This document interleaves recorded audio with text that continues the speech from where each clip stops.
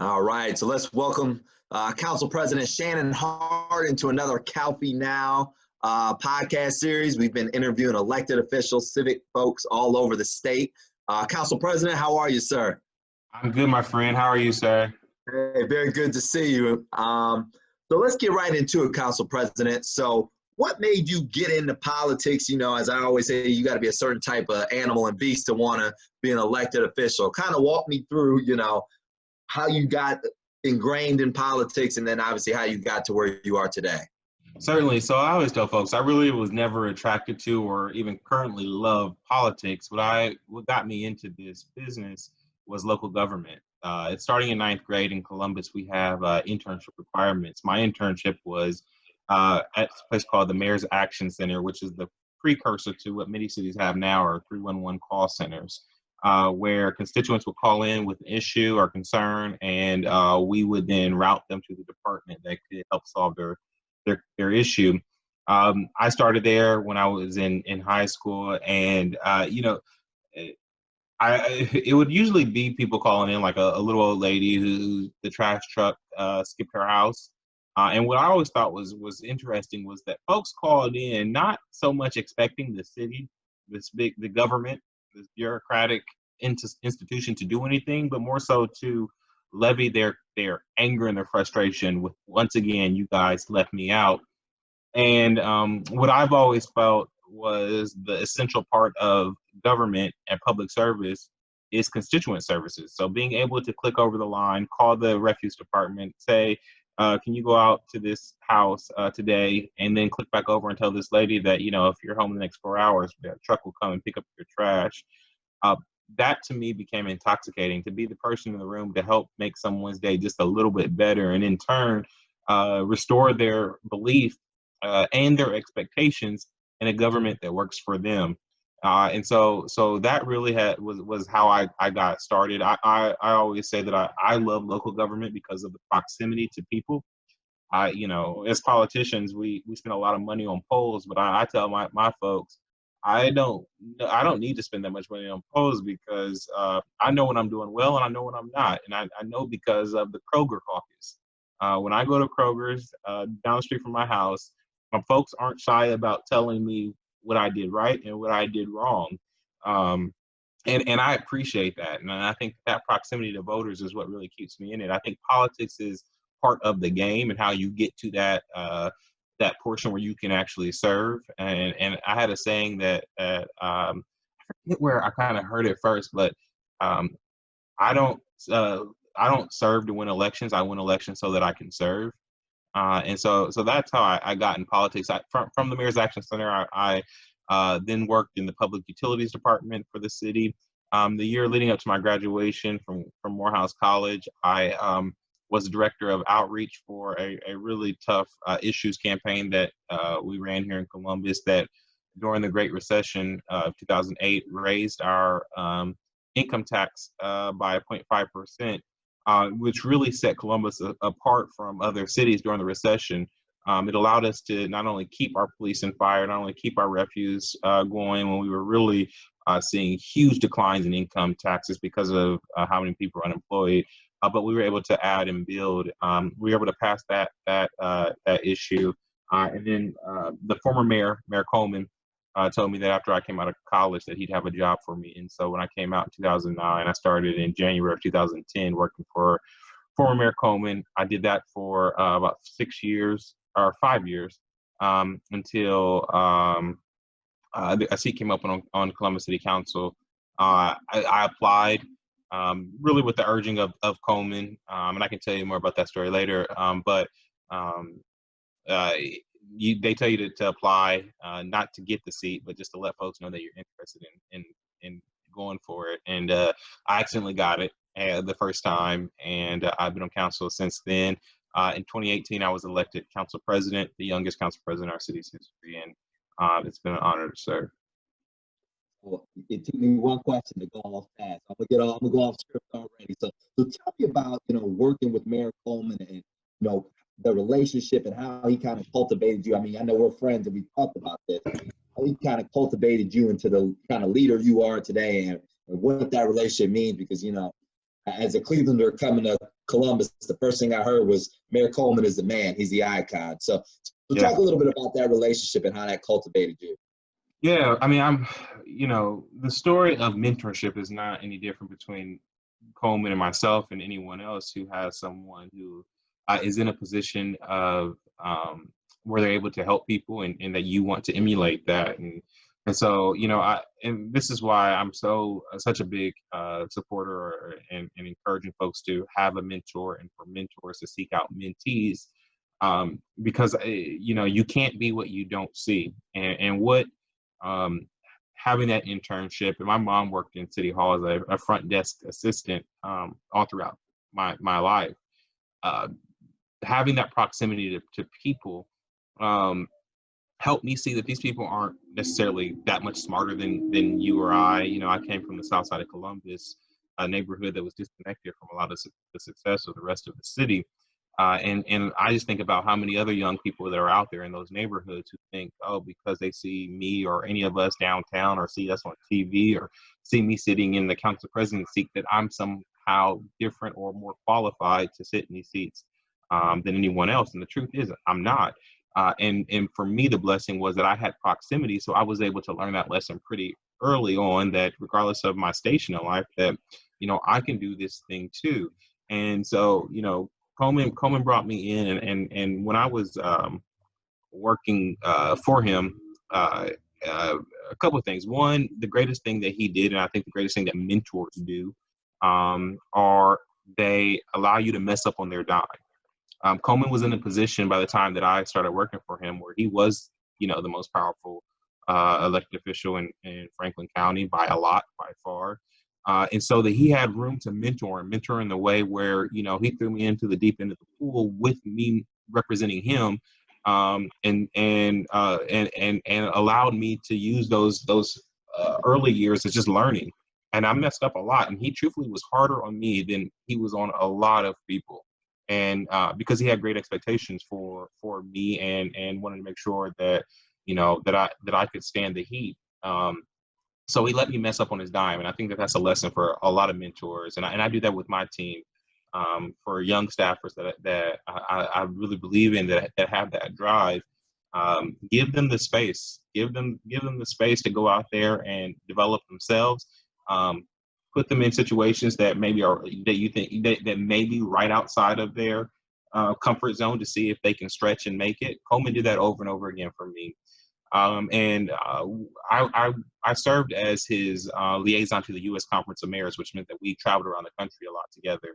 One flight home, Coleman, this is in 2014, Coleman started telling me, that it was time for me to step up my public service, that he thought that I had probably hit my glass ceiling in his office. I came in as a child, really, I was 21 when I started working in his office, and he was saying, I think that you hit your ceiling in this office, so it's time for you to step up and probably run for office. And I'm like, Mayor, I'm too young for it. I can't run. I'm too liberal. I'm too young. He's like, I know you're young. I was like 26, and he was like, but what are you talking about? You're too liberal. I'm like, well, Mayor, I'm young and I'm black.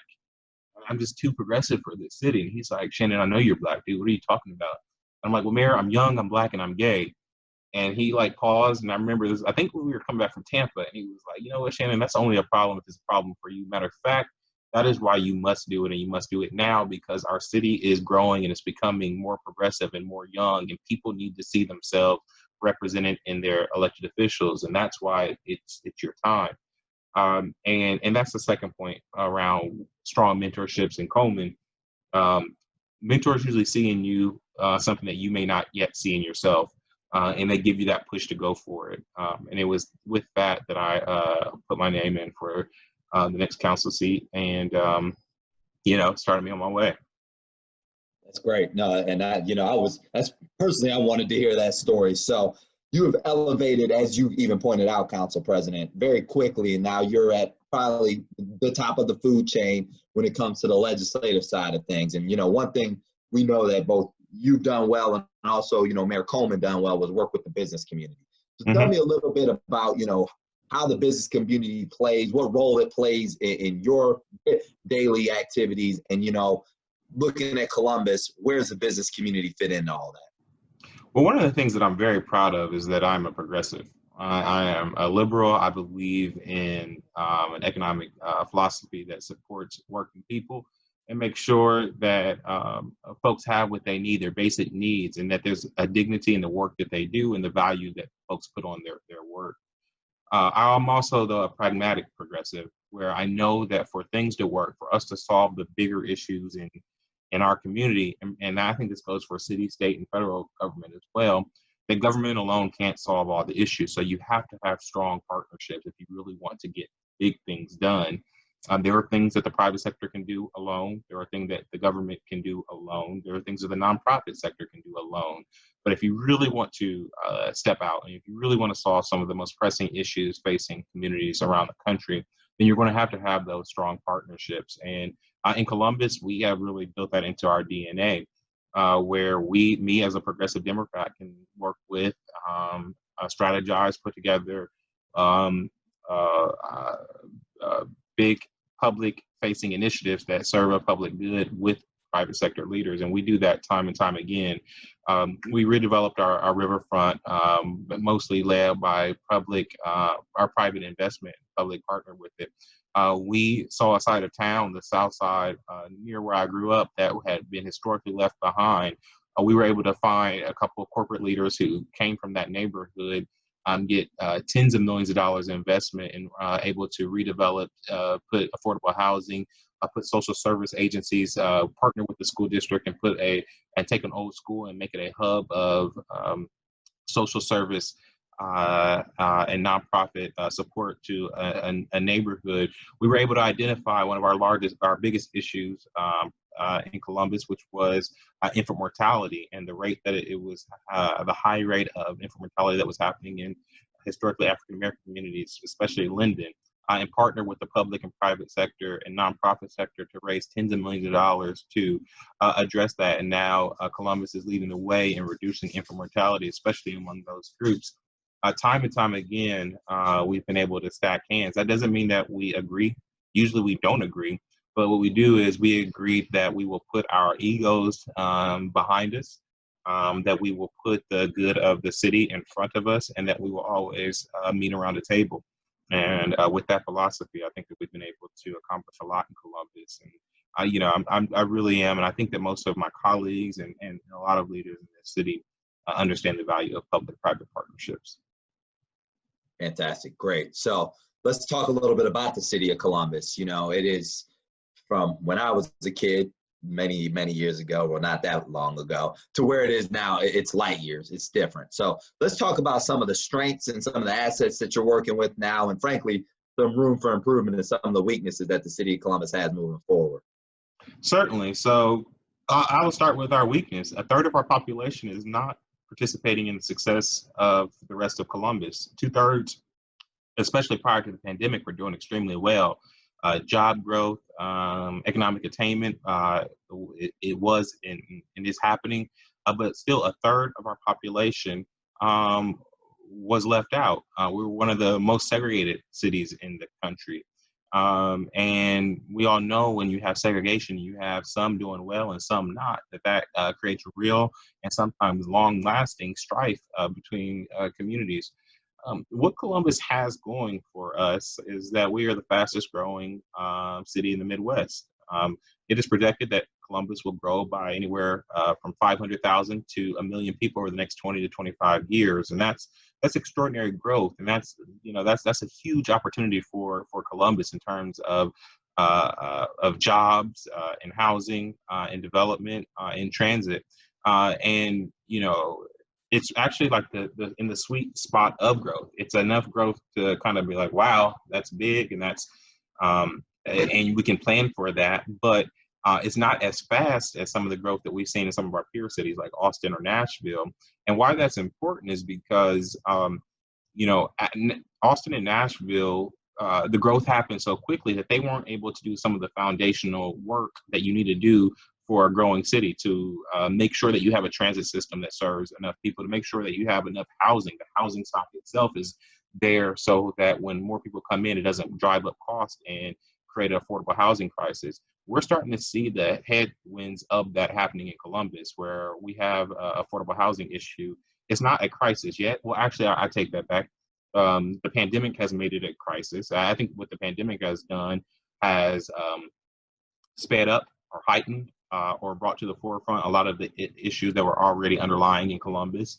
And so affordable housing is one of those issues that we're going to have to wrap our heads around and really focus on as we continue to grow. And affordable housing doesn't mean just building more affordable or low income housing. It means building a plethora of housing. Columbus's issue is that we are underdeveloped, where we don't have enough housing across the spectrum, from high end to low end. And when you don't have enough product, then it drives up costs and actually drives people down into lower income housing, thus pushing the lower folks out where they are just priced out altogether. And so we have this affordable housing issue, and we are and it's an issue that because of the growth will not be one that will have a silver bullet. You will not be able to tax abate our way out of this in terms of building. We will not be able to just build enough new housing. We will not be able to do one thing or the other. We're going to have a stacked approach to how we address our affordable housing issues. Connected to that is transit. Columbus is the largest city in the country without an advanced transit system. And what do I mean by that? We have a good bus system. Just 2 years ago, we went through a route redesign that made busing our bus system more efficient. But adding 800,000 or adding 500,000 to 1 million people, and adding 500, 600,000 more cars to the road will not work. And we don't have the resources to invest in doing just highway and street infrastructure improvements to really take up or to absorb that type of growth. And so we're going to have to transition a larger portion of our community to high capacity transit. And the only way that we can do that is by really focusing on that development now. So what we have done is focused on high growth corridors. So there are several corridors in Columbus where we know where the jobs are, we know where the housing is. There is still the current right-of-way where we can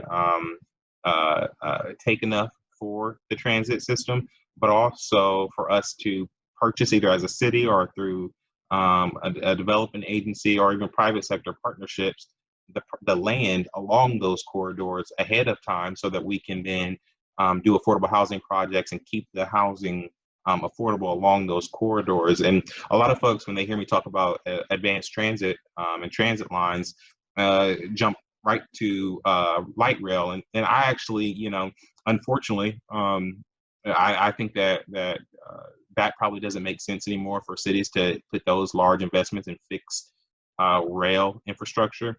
With the changing nature of technology, I think that we have to be a little bit more nimble about what we build and how we build that infrastructure. And so really what we are doing is kind of looking at cities like Cleveland and Indianapolis who have bus rapid transit that puts a bus or in the future probably some sort of form of autonomous vehicle that carries a lot of people, puts it in its own right of way. So it's only that vehicle moving a lot of people in a constant and unobstructed by regular traffic patterns way, to give that reliability, to give that to make it more expeditious to get from where you're going, so that we can get more people onto public transit. That connects to the other issues like around affordable housing. The best way to put more money into a person's pocket is to take away their necessity for having a car. In Columbus, that's around $8,500 a year, the cost to have a car. And so if we can take that need away from our residents, it directly puts money back in their pockets and allows them to prosper more. But also it helps us solve some of our equity issues as well, making sure that folks, regardless of color of their skin or neighborhood, are able to connect to healthy food, to their schools, to their jobs, and to healthcare. So Our greatest strength, though, which is growth, will become a challenge as well. I have a friend who's a CEO who has business here in Columbus, but has offices around the country. And he said, you know what, Shannon, Columbus right now, growth in Columbus right now is cute. You know, to your point, I think, Mike, we have grown so much. We've always been the little guy in the state of Ohio. Like, you know, we're like the humble middle ground between Cleveland and Cincinnati. We're just here. We have the Buckeyes, but you know, that's our only calling card. And so Columbus now has this, this vibe about itself that we're starting to understand that we have what it takes to be a modern metropolitan city that can compete with any big city around the country. And so right now, growth is cute in Columbus because we're finally feeling like, oh, we're getting our dues. We finally people are starting to respect us. But his point was that there will become a time, if you don't do the right investments now, that the growth of folks coming into Columbus will become a zero-sum game. So, because all these new people are coming in, it's raising my property or my rent. It's raising making housing more unaffordable. Because these people are coming into Columbus, now it takes me 15 minutes to get from one side of the city to the other. It will take 45 minutes. So he's like, be very careful about that and how we talk about it, and make sure we're making those investments, because if not, the growth will start to erode the quality of life of your residents, and they will resent the leaders who supported that growth. No, that was fantastic. That was comprehensive. And frankly, you pretty much answered / led into my final kind of question for you, Council President. You know, two things, I guess, in general, what's the future hold for Columbus? It seems like you're very optimistic, you're very excited. There's a lot to be excited about. And is there anything you want to say kind of to our listeners here, which include our clients, prospective clients, and just folks who run across this podcast? Certainly. Well, I am very optimistic about the projection of Columbus, and it's me taking several steps back to really look at the underlying economics of our city. Again, the growth patterns that we are seeing for the next 20 years. And I believe, and I say this often, that the city that I am leading now is really not due to the things that I've done in my 6 years in public office. The city that we lead right now is because people 25 years ago, leaders, put the infrastructure in for a city to grow like it has, and for us to prosper the way that we are, which means that for me, it makes my job that much more important. That means that I am building the city now for that city when we have 1 million more people. And so, and we should all be thinking, and leaders should all be thinking about their jobs in that way. How do we prepare? Now, I do believe that we're going to go through some tough times economically because of the pandemic.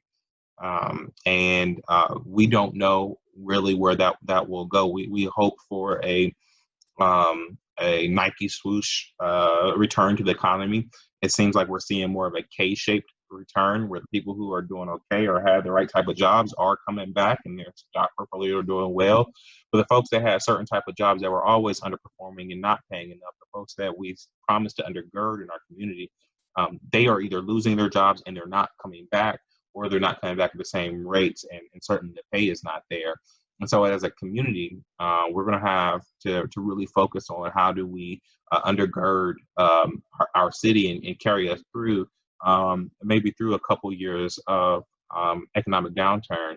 And I think we should all be eyes wide open to that. We should, I believe, lean into more social programs during that period. We're going to have to do more rent assistance than ever before. We're going to have to talk about the public good. How do we keep and train and reskill our workers so that when they do come out of this, they will be in a more desirable position to take the jobs that we know will come eventually. And so, as we go through this, what I believe will be a downturn for a year or two, I don't think that we should slow down in terms of those supports. I think that we need to actually lean into those things to hold the community through, so that we're in the best position. Just like we had a hard conversation in 2008 with our residents to say, you know what, I know folks are losing jobs, but for the ones that keep it. Let's put a little bit more in for the good of the larger city. When Columbus voters pass that, I'm always so grateful. And I think that is the mantle of this city. We will dig deep for the greater good. They were able to float the city, get us in a good place. We came back stronger than a lot of our peer cities did. We didn't have the layoffs in police and fire. I believe that we're going to have to do those type of things. I'm not saying I'm raising taxes necessarily, but I am saying making big investments. I believe that workforce development is the new economic development. People don't move, companies don't move to cities now based off of infrastructure. The reason why, Columbus was in the top 10 cities considered by Amazon, what really popped us out was that, did we have that large trained workforce in the pipeline? Cities are going to have to invest in training their workforce and reskilling them if we really want to be competitive and attracting businesses and jobs in their cities. Well, Columbus City Council President Shannon Hardin, you gave us a lot to chew on there. I really appreciate your time. And, I know Calfee, our clients, our prospective clients all enjoy hearing from you. And we'll talk soon and, keep fighting the good fight for us. Thank you, Mike. We appreciate all the work that you do and the partnerships as well that you bring to the table. Thank you so much. Have a good one. Take care. Bye.